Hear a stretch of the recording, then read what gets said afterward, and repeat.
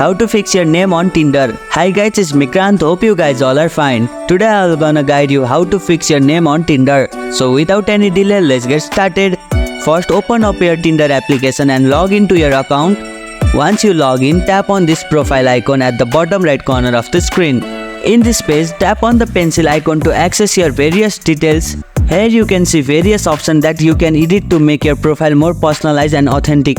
But you can see here there is no option to edit your profile name in the application. It is because once you have set your name during the creation of your account, you cannot change it anymore. So you need to be careful when you enter your name during the account creation. If you really want to change your name, the only way is to delete your current account in the platform and make a new account with a new name that you wanted.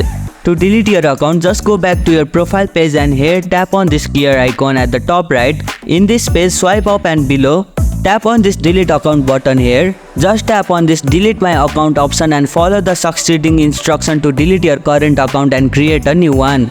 If you liked our video, press the thumbs up and share button. If you have any question, comment down below and don't forget to subscribe the channel for more tutorials.